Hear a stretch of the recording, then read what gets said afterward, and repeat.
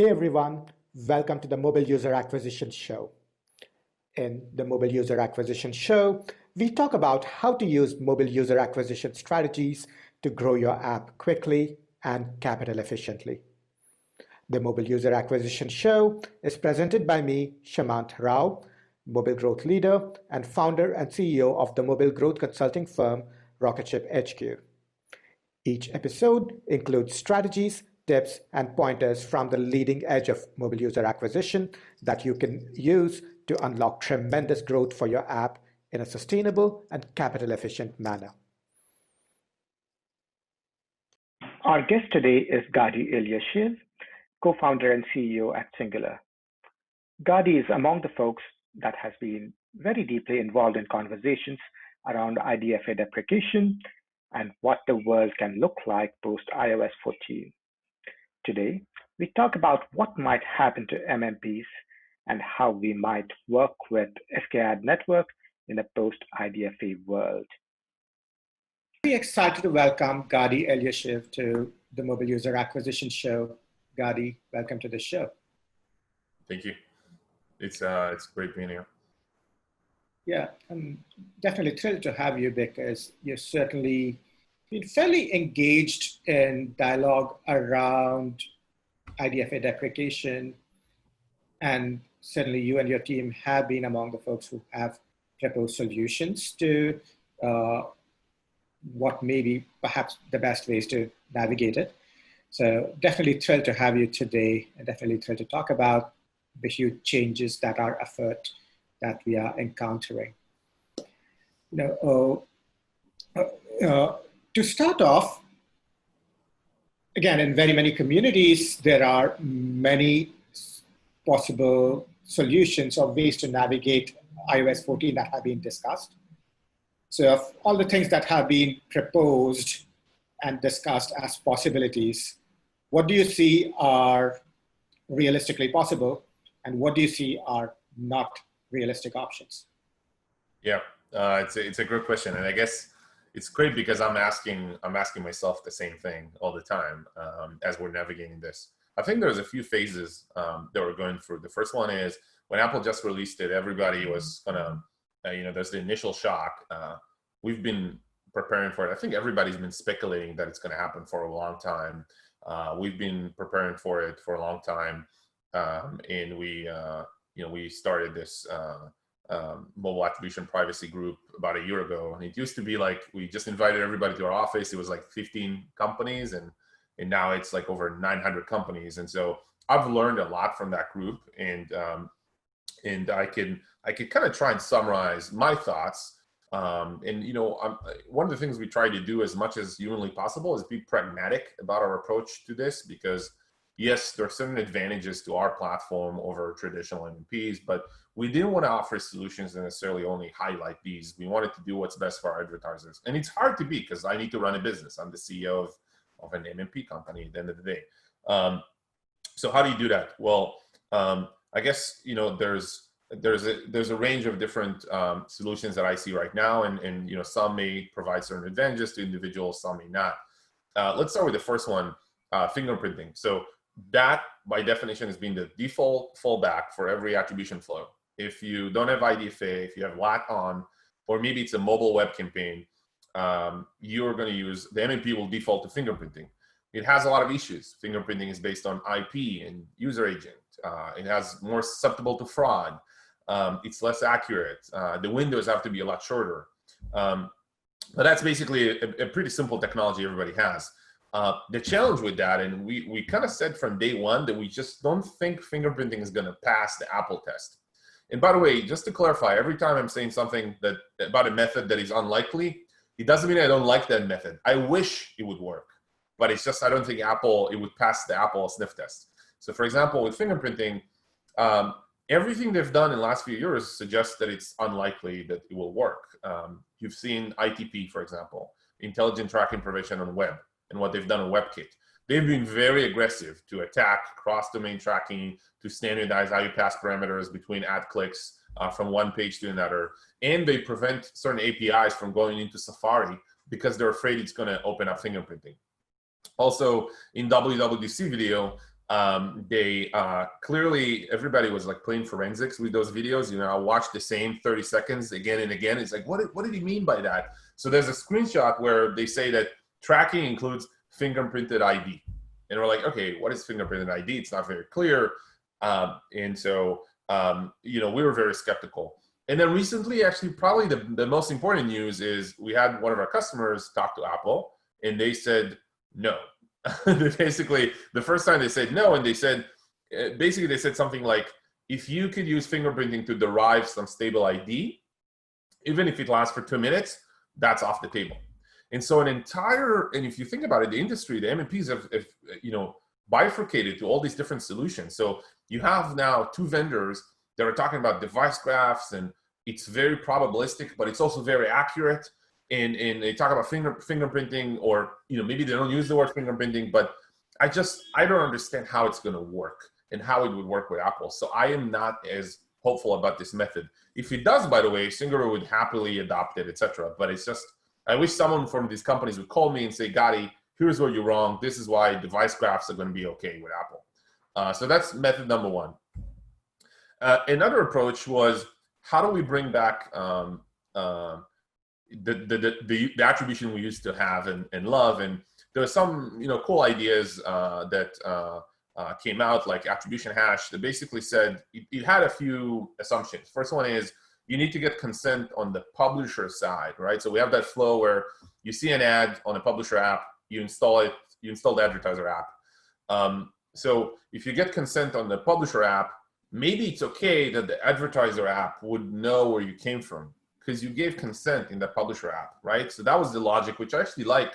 But the implementation relied on there's this clause that Apple included in their policy, and I apologize this answer is so long. There's a clause that they added that talks about on-device tracking, and it says, if you're able to do any sort of tracking that remains on the device, that's okay with us, as long as you don't send it to the server and you can't identify the device, etc. And so there's an idea called attribution hash that suggested, hey, if we could get access to the IDFA on the device and combine it with the IDFV and kind of make a hash, and then only send that hash value to the server, that would basically mean we're not leaking the identifier, and it would stay on the device.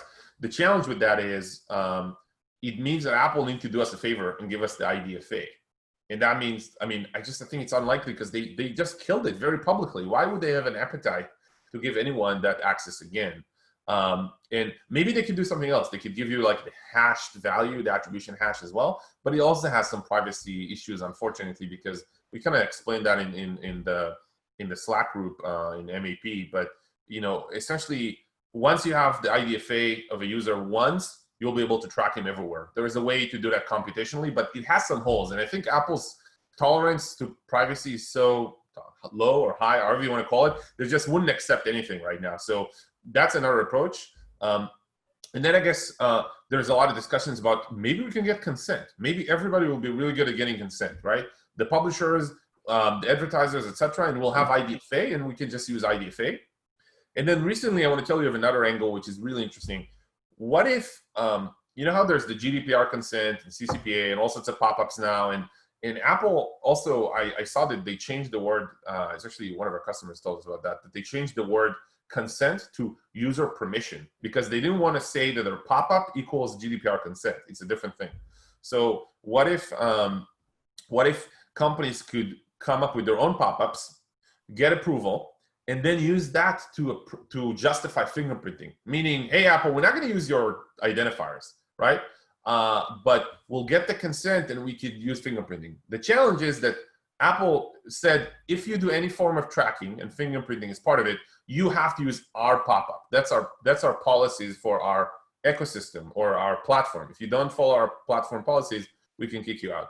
So I think that's kind of the range of solutions. What else am I missing? Yeah, no, I think that covers all of the options I have seen out there.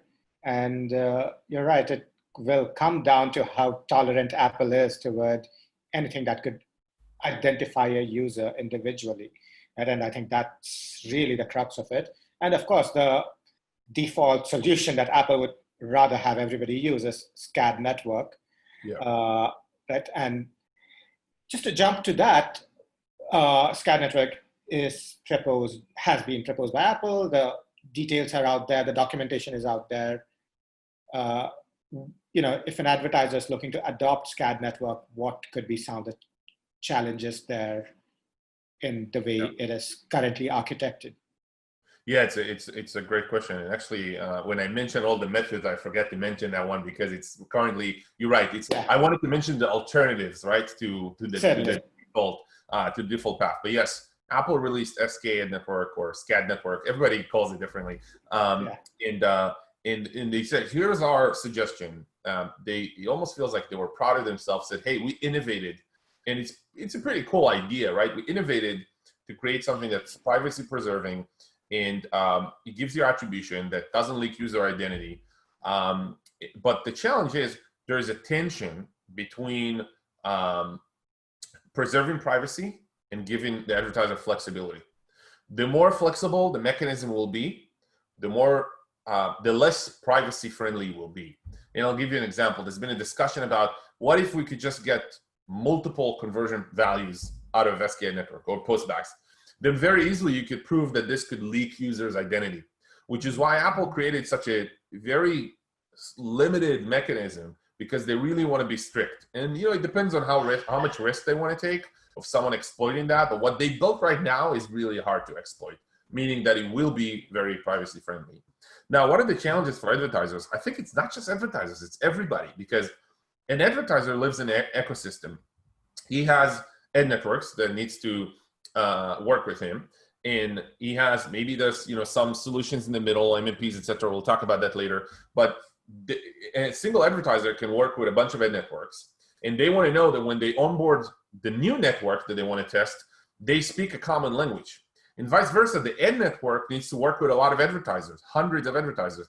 So there needs to be a common language, and SKAdNetwork, as Apple proposed it in its current form, is very bare bones. And it's okay. They gave us an API and said, go figure it out.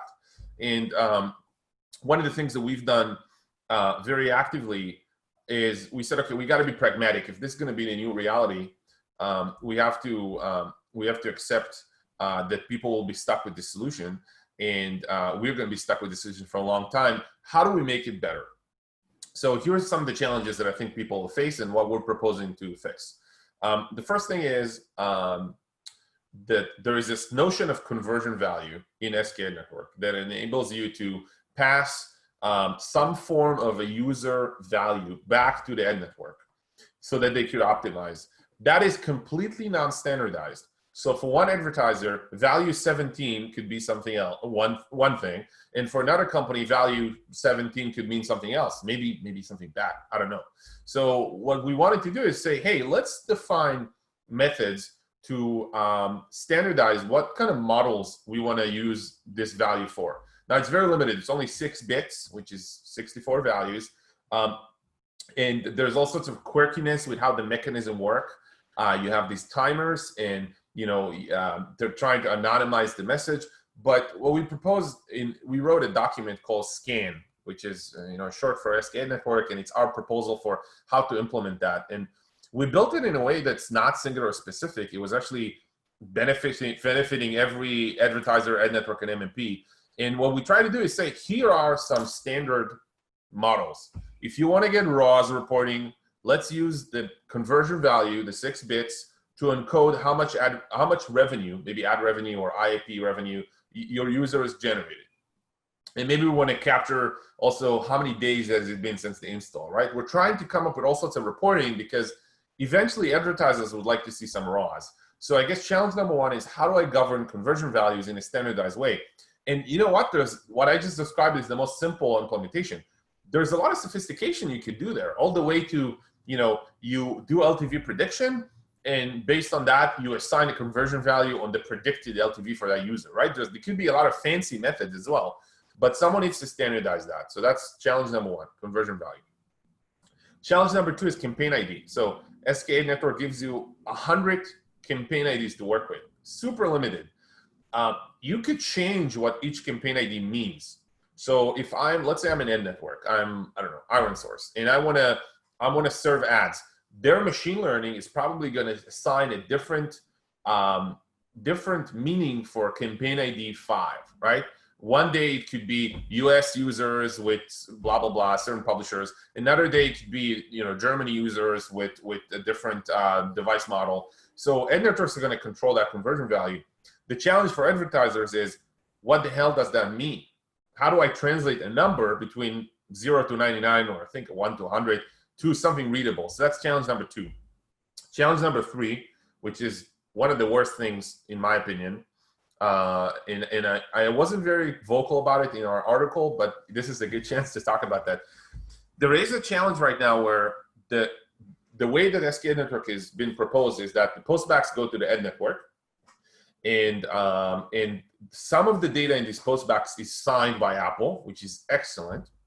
Some of the data is not signed by Apple, such as a conversion value. And also you could say that the device that's sending the postback, the geo of that device is also not signed. It's just sent on the network, right? So you can see what country the user came from. If it's not signed, it means that the ad networks could change it. And I'm not saying they're evil, but what's interesting is all it takes is one bad actor to disrupt the trust in SKAdNetwork. And think about what it means. It means that an ad network will report their spend, number of installs, and their ROI. That's insane. That's like they could do anything. They could just report that it's all whales. And so that's a big gap in my mind. And I mean, maybe Apple will fix it. I'm hoping they will. They probably wouldn't fix the country issue. So that's still going to be an issue. So, what if I wanted to buy users in the US and I'm getting users from another country? I can't verify that. So we propose an alternative in SKAN that the postbacks will be sent directly to the advertiser, right? In whatever stack they have to receive these postbacks. I think Apple should agree to that because the advertiser is probably the most trustworthy player out of everybody, right? And also these postbacks have no PII. So like, what are you going to do with that? It's not like they can abuse it. So I'm really hoping Apple would approve that tiny change to send it to the advertisers. Then the advertisers can ensure it's not being changed. And I think if you're an advertiser and you're listening to this video, please ask your Apple rep to, or whatever you're talking to Apple, to push for that. I know our customers are going to push for that. I'm sure other MMPs customers are going to push for that. So I think these are some of the initial challenges. Then there's other challenges like how do you dedupe when you have consent? And some users do give you an IDFA and some users don't. And how do you combine your anonymous data that has a lot of deep cohort information with your very limited SKAdNetwork data that only gives you like 2 days of activity, right? And so there's been some cool ideas in the industry about that. So, and lastly, you know what else is challenging? Testing. How the F are you going to test this now? No one is ready. There's barely any documentation. No one's barely speaking about SKAdNetwork. Ad networks are starting to adopt it, but the big ones are being cagey about it. So like you can't even test it, and it's coming out in September 15th, I think. It's like, holy shit. So yeah, that's a lot of challenges, unfortunately, but there's no choice. We have to do it. Yeah. I mean, certainly that's the default option, unless Apple says yes to fingerprinting or quasi-fingerprinting, however you call it. And you're right in that I think it's certainly a huge shift from the older paradigm where we have gotten so accustomed to just getting precise ROAS numbers. Yeah. And what I would agree that I think the challenge is that a lot of the ad networks, including Facebook and Google, I've heard sort of blanket party line statements from Facebook and Google, but nothing super concrete yet. So it remains to be seen how much of an impact that was going to result in. In all of this, right, in the earlier paradigm, I think the MMPs played a very critical role in sort of adjudicating where the installs were coming from. That's centrality of the MMP's role is no longer going to be present come September. So what do you see the roles of the MMPs being? They may not be MMPs, they may become something else, but what do you see that role being post iOS 14? Yeah, I guess it's another very interesting question. And I could give my POV. I think certain individuals like to talk about, oh, this is the death of X or Y or Z. I think it's overly dramatic. The way I see it is as follows. The world just became more complex.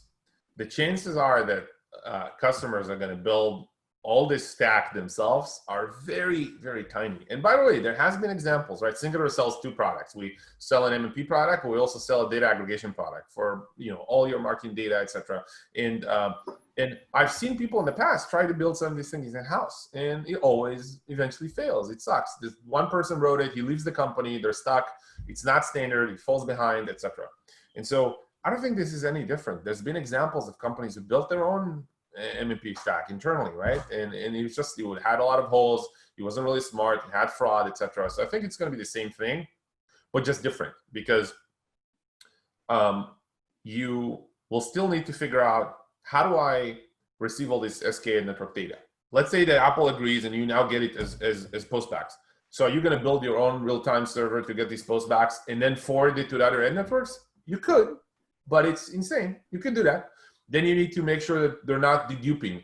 They're not sending duplicates. So you need to start setting up your own fraud mechanisms, and then also do the BD with the ad networks to talk to them and say, hey, you're sending me duplicate postbacks. You're trying to cheat me. You could, but it's intense.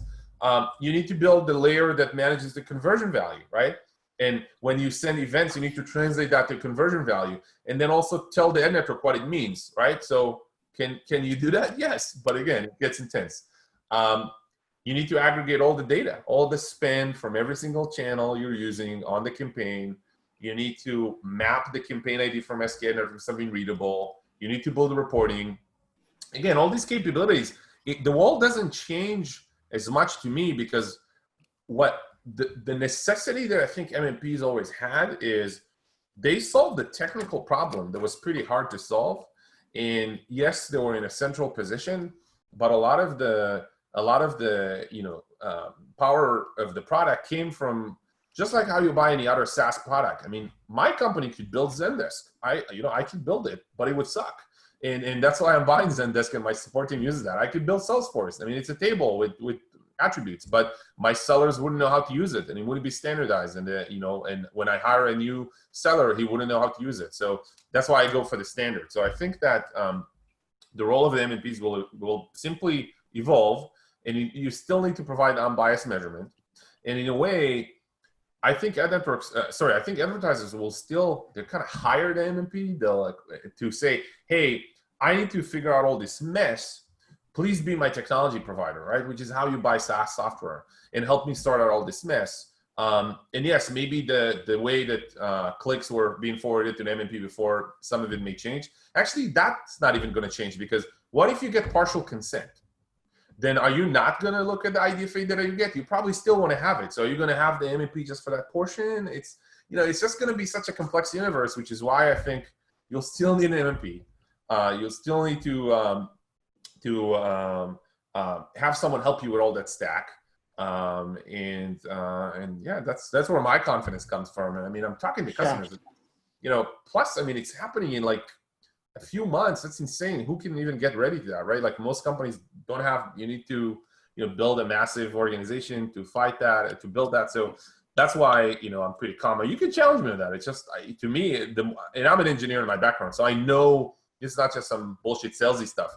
I know what it takes to implement this, right? And it's massive. So I'm like, who's going to do that? Yeah. Not the MMPs. Yeah. So, the one. Oh, by the way, there's obviously Android, and there's web, and there's not fingerprint, there's deep links. So there's all these other workflows that you still need to figure out, right? Like, the way that, so probably a million other things I'm not thinking about right now. But yeah, this is my honest, on the fly answer. Yeah. So, the one counterpoint I might offer to that could be, look, if an advertiser's, if the primary function that MMP is providing is aggregating disparate sources of data, if they have 10 ad networks, they get 10 ad networks data. Is that something that requires less of a technological, let's just say, expertise than the current function of the MMPs is?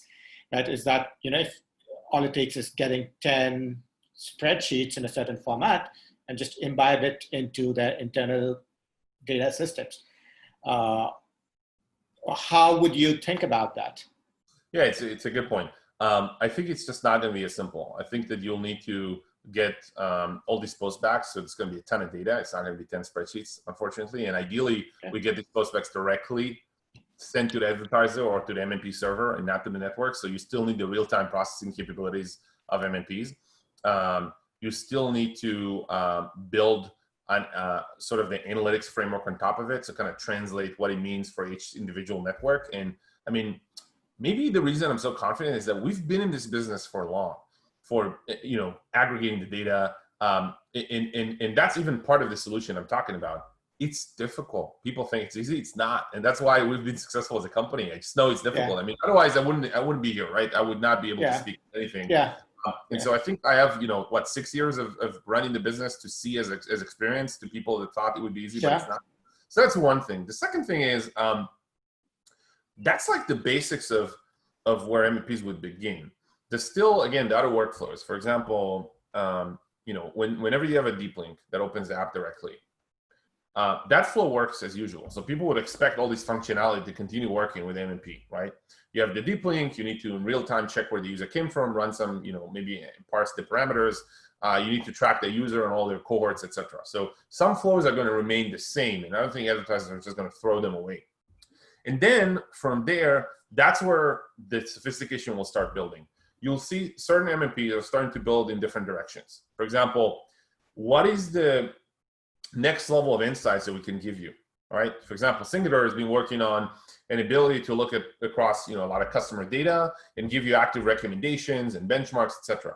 Maybe there's going to be, there's a lot of discussion about probabilistic attribution. And the problem is every time someone says that, it kind of sounds like fingerprinting, but the idea is different. It's like, how do we take all the aggregate SKAdNetwork postback data, and maybe we can figure out what is the probability that someone came from a certain campaign, or maybe how earlier I mentioned predicted LTV, and I said, people could figure out what the LTV is.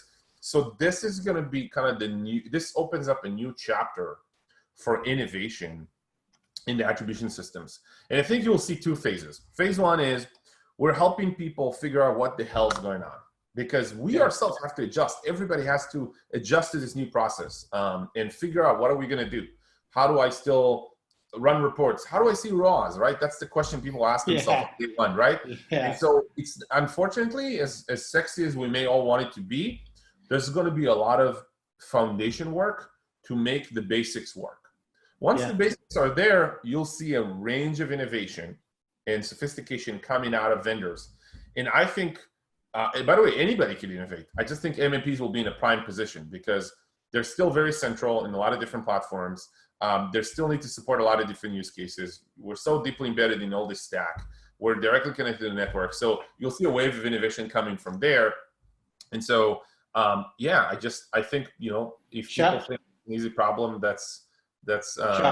they could try, everybody can try. It's a free market. Yeah, it's a good point. In fact, we had an episode of the show out today with David Phillipson, who founded AdX.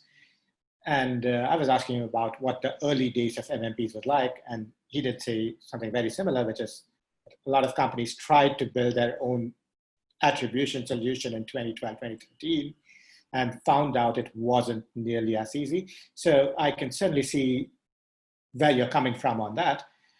So the other perspective also, that I would offer to what you said is, certainly I think there's some place for, the MMPs are going to have a place in the ecosystem. One dimension of that is because SKAdNetwork has one conversion value, whereas in the past, part of what the MMPs did was make sure there were 30 different conversion values, level 20, level 50, 20 IAPs, so that complexity was something that MMP was handling. Now that complexity goes away, and do you find that simplification just adversely impacts what an MMP is actually going to be set up to do? It's interesting because I actually see it the opposite way. In the past, life was easy. I mean, we just forwarded event. There was an event. We got it. We attached the attribution parameters to that based on the device ID, and we sent it to the network. That was simple. Now life are more difficult. You have to live with that limited value. How do you encode that value? That's where the sophistication is going to come from. And so if anything, by forcing you to a more limited space of information, I think the algorithmical complexity is going to increase. If anything, you can say that in the past, we got away with doing pretty simple things, and now the sophistication needs to increase. So no, actually, you know, and I can see it. I'm talking to my team. I have extremely talented engineers who, the range of ideas and innovation that's coming out because of this. And by the way, caveat, I would love to go back, just like how they did in Avengers, go back in time and stop Thanos from you know, flicking his fingers with all the Infinity Stones. I would love for it to go back and still have IDFA and wake up from that dream. But it's true, it's going to cause a lot of innovation. So if anything, I don't think it's going to be simpler. Hell, it's going to be way more complicated because, look, unless advertisers say, yeah, I'll stop effective UA, but no one's going to say that. We're going to be a race now to what's the better way to predict the value, to encode the conversion value, to provide certain reporting. Like this, that's going to be a new generation of innovation because of what, you know, Apple did. And I want to say though that I have a belief that there's a balance between overly complicated solutions that are not very clear to practical things that work at scale. But I think that that what we're imagining with SKAdNetwork right now is not going to be the standard. It's going to improve a bit, right? It's not going to be insane, but it's going to improve to a point where, you know, there's more sophistication. It cannot just be that people report one value for level 1 and one value for level 2. It's going to be better than that. So that's why I think sophistication actually got, it's just complexity. Sure. That's it. Yeah. So I understand you correctly. You're saying, look, there's just one value, but you still need to figure out what's the best way to represent that one value. Yeah, Right? and also I'm sure Apple would create improvements for SKAdNetwork over time. I mean, they did version 2. Unless SKAdNetwork is going to die and not get adopted, which I think is unlikely, then they'll probably work on version 3. They even added a field right now that says what version is this. So I don't think they did that because they thought of the future, right? So, and they even said to one of our customers that they're going to work on iterations in the next few months. So I'm hoping they'll make it more useful. So maybe, you know, I'm not saying we'll get more. I'm not sure we're going to get a lot more flexibility. Well, we can be hopeful, but my impression was that the version is there because SKAdNetwork was already there. There was version 1.0 and this is 2.0. Yeah. I would like to think there'll be improvements. I don't know how much we should bank on Apple to do things. Although I will say, again, going back to the episode I was just talking about the early days of device identification, when Apple phased out the UDID, there was like a no man's land period when there was no device identifier. And then Apple said, oh, we need to put in something. Let's bring in the IDFA. So there is some precedent that's 7 years old. I don't know if we should rely on Apple to solve our problems or listen to us. Like basically what people are hoping is Apple would see, oh shit, I destroyed a vital part of my ecosystem by doing these changes. Maybe I need to help them a bit. Let me improve. I mean, I'm hoping that part of it will happen. I don't know if it's publicly, like they wouldn't bring back an identifier, but maybe they'll improve SKAdNetwork, etc. Maybe they'll do something else. Do you see, you know, and obviously one aspect of this entire shakeout is going to be what's going to happen to ad spend and CPMs in October 2020. Yeah. How do you see that playing out? That's a million or maybe $1 billion question. 240 whatever $1 billion. Anyway. Yeah. Exactly. I think that it depends on each advertiser's readiness and the network's readiness, which is why there's so much urgency right now to provide people with answers, right? I'm working on with some other great partners, advertisers on improving scan. And the reason we are doing that in a rush timeline is because what you just mentioned. If there was a way that was tested and verified to run some UA effectively, that would give people a lot of comfort because they could follow a path, right? People need something that's been tested, even if it's not the best, even if it's not, you know, something very futuristic, but if it works and it gives you some basic capability, this will give a lot of people confidence to run their campaigns.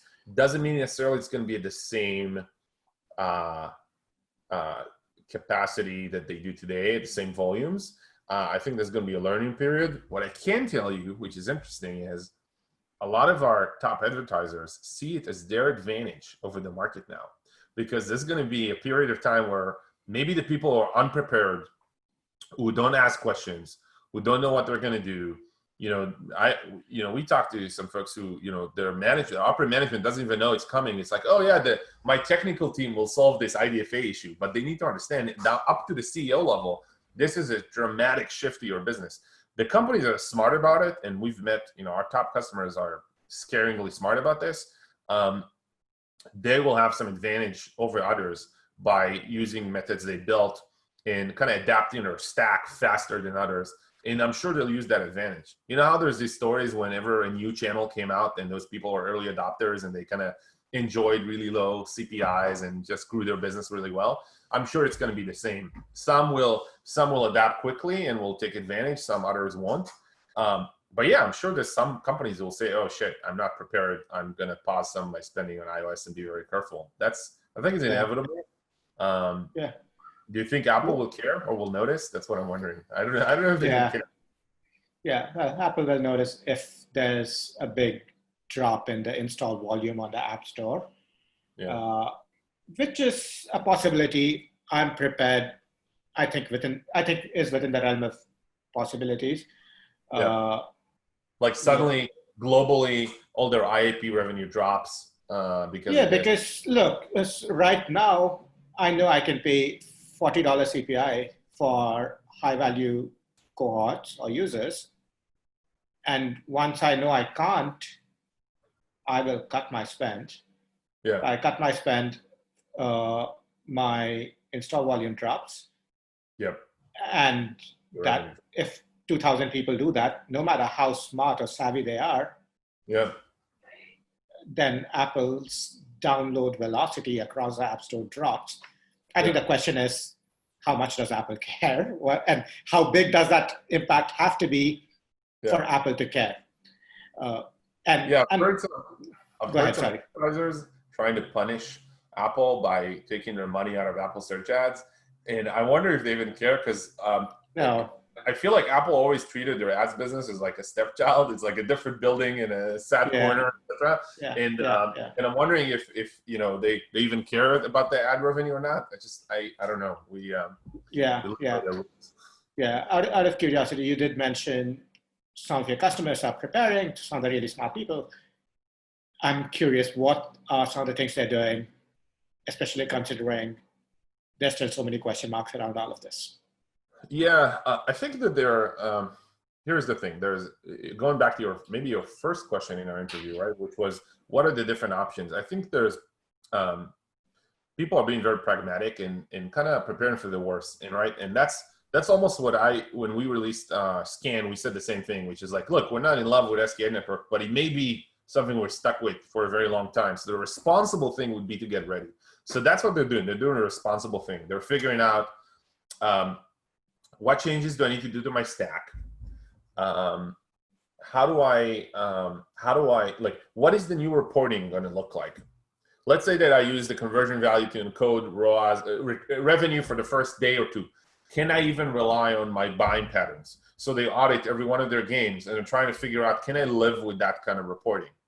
They're trying to figure out, how should I encode my conversion value? And, they're talking to us and other people to figure out, because they'll need to have a way to transmit that back to the advertisers, to the ad networks. So that's kind of the preparation they're doing, and they're kind of auditing, I think, scenario by scenario. They also have a lot of other things they have to prepare with, which is outside the realm of just SKAdNetwork. They're figuring out, do I even need to show the pop-up? What kind of product changes do I need to do if I want to show the pop-up? What is Facebook going to do? Because maybe if they don't show the pop-up, no one shows the pop-up because it's not cool. But maybe if Facebook does it, everybody does it. So there's a lot of product implications related to this as well. Can we incentivize users to show the pop-up?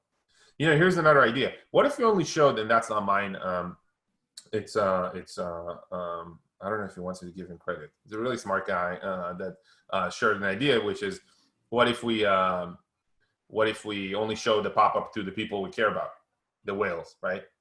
And I can ask him later if he wants to. You can put an overlay. We can credit that, yeah. Yeah, we can credit it to him later. But it's a really cool idea, right? That he said, which is like, what if we only show it to the people we care about? And you're eager, you're in the game, you just made a purchase, and you're like, okay, yeah, whatever. I made a purchase. I don't mind it track me. Like, I trust this brand. I just gave them money, right? And so then if you only get consent for whales, that's maybe okay, right? Maybe only payers. That's the only people you care about really in the game. So maybe you don't care about other people. So that's a really cool idea. And there's I'll ask if it's okay to include it. Worst case, we cut this part out. Yeah, but so yeah, I think that's some of the ways people are preparing for this. And there's probably, what you should do. Janie from EA is releasing a blog post soon. Excellent. Posted on our blog, and she describes from her angle, which is really interesting, way more interesting than what everybody else has to say. That's not an advertiser. She's actually needs to make all this decision for EA. So check out her blog. It's going to be really interesting. Excellent. Yeah, I will look out for the blog post. And Gadi, this is perhaps a good place for us to wrap. There are certainly very many questions, but I think we're beginning to make sense of what the world could look like. And, thank you again for sharing here, but also offline, because I've certainly learned a lot from everything that you and, of course, Eran on your team have shared. So this is perhaps a good place for us to wrap. We will, of course, link to Singular and your LinkedIn in the show notes, and we'll have a full transcript and notes as with every episode.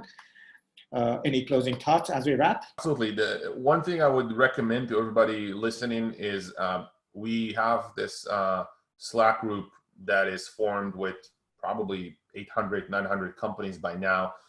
It's called Mobile Attribution Privacy. And there's extremely fascinating conversations with all the people from the companies you'd care about. And it's about IDFA and SKAdNetwork and limitations, and there's a lot of advertisers and other MMPs and different vendors in there, and it's open for everybody. So I would recommend you guys join. I found it to be an amazing resource, and it's there's a website called joinmap.org.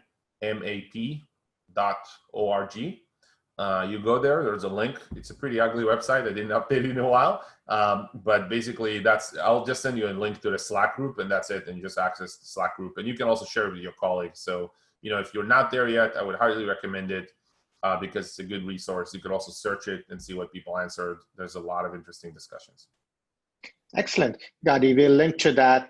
And of course, we'll have show notes and the full transcript as soon as we go live. For now, perhaps this is a good place to wrap. Thank you so much for being on the show today. Thank you. Thanks so much. Thank you for listening to the Mobile User Acquisition Show. If any of this was helpful or instructive, I would love for you to leave us a review or rating on iTunes, Stitcher, Overcast, or wherever you get your podcast fix. This podcast takes a ton of time, effort, and love to produce, and I deeply value every review and every piece of feedback that you share. Thank you for listening, and I will look forward to sharing our next episode soon.